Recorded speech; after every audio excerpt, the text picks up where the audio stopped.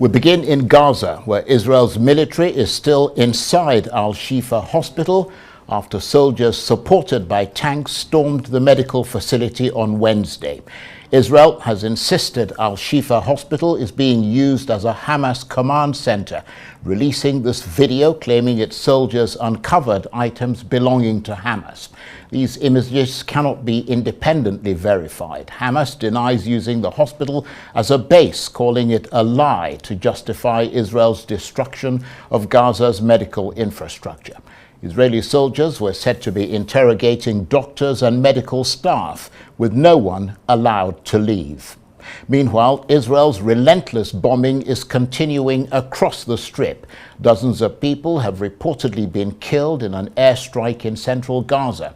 Israeli forces have dropped leaflets in the Khan Yunis area of southern Gaza, warning people to evacuate their homes and head to shelters for their own safety. Similar leaflets were also dropped over northern Gaza weeks ahead of the ground offensive.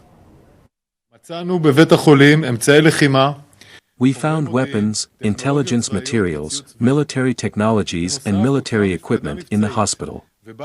In addition, an operational headquarters was allowed, with communication means and operational technologies belonging to Hamas. The technologies and materials were extracted and tested by the intelligence agencies.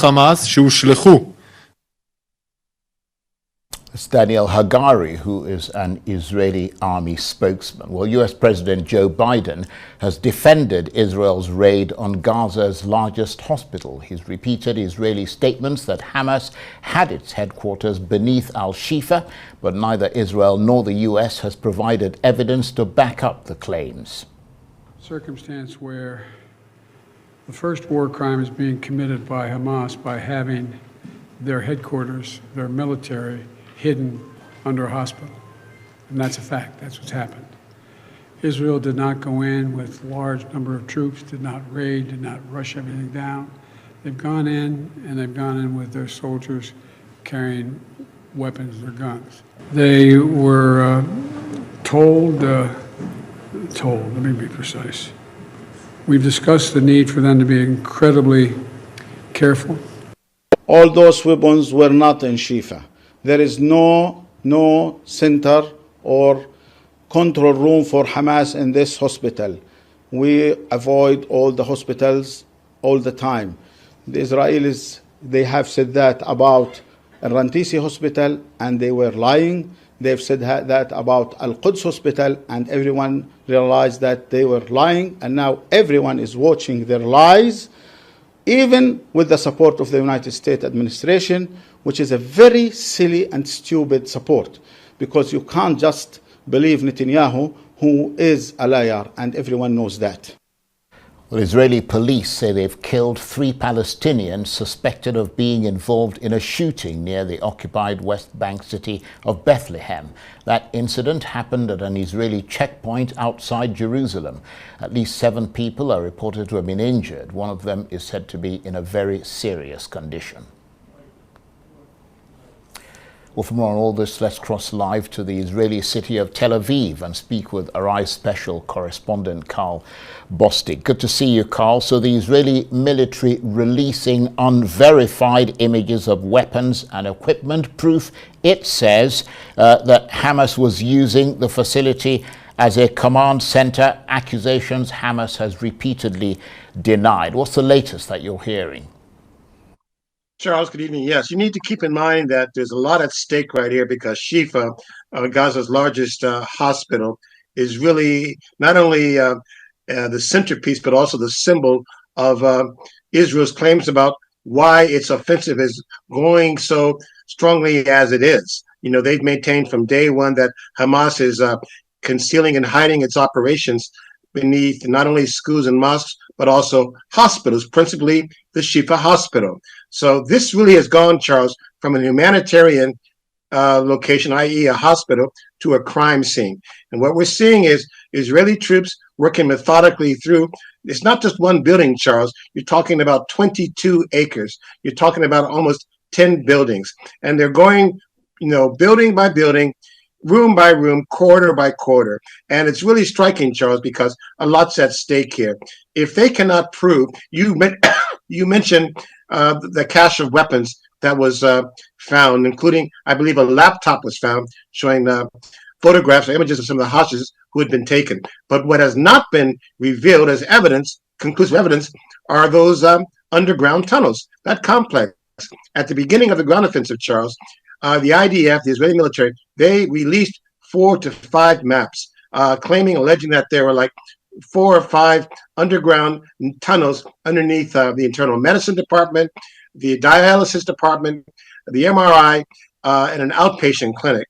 So far, we have seen none of that evidence. But also keep in mind that, Charles, you've got between 600 to 700 patients inside the hospital.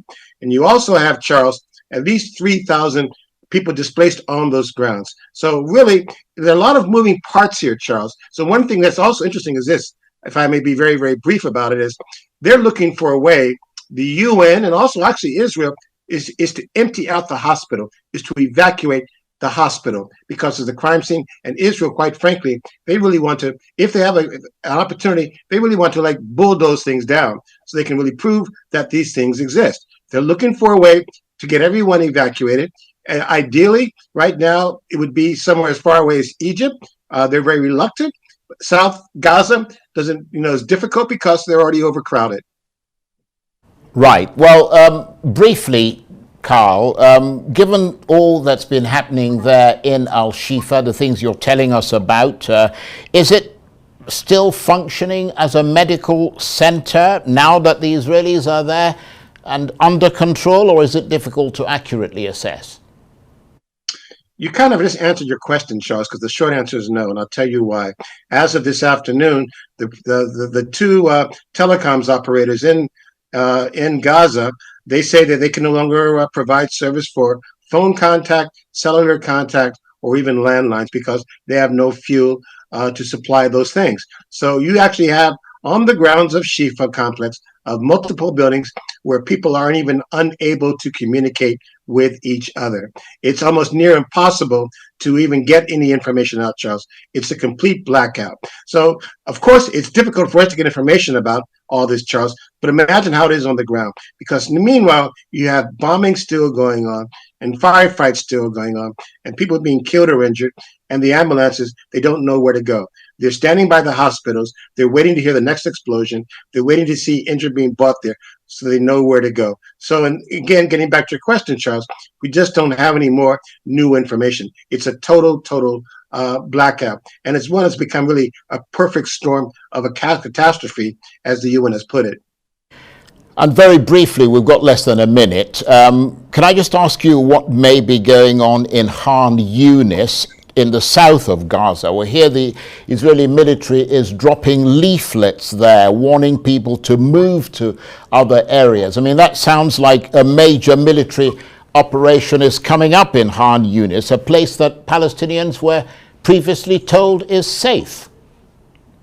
That's very important what you're saying, Charles. And the reason why is this.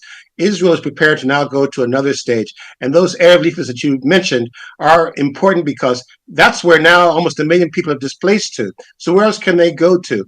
And now they're saying we want to go into that direction because that may be more evidence of where Hamas has been storing its weapons, but also the Hamas leader, Yahya Sinbar, he's from Khan Yunis, and he said, I'll never leave. I will die here before I leave. So this is really coming to that sort of a point right there, Charles, where now even South Gaza, they can even be squeezed out. And one kind of final point to show you just how terrible it's gotten, more than 200 aid trucks have come to the Rafah crossing, Charles, 200 plus aid trucks. But the UN cannot meet those aid trucks because they don't have enough fuel to meet those trucks. And then finally, Charles, about 5,000 or 50,000, 5,000 Palestinian women are pregnant, and they expect to have an average of 150 births a day. But they're being born in circumstances where there's no water or fuel or electricity. And so now you also risk a lot of premature deaths, Charles. So this is really the next stage. But last point is this, Charles. If the Shifa raids do not provide conclusive evidence, there will be a less Western support for Israel to continue its campaign into the south that you were just referencing. Thank you, Karl. Karl Bostic in Tel Aviv.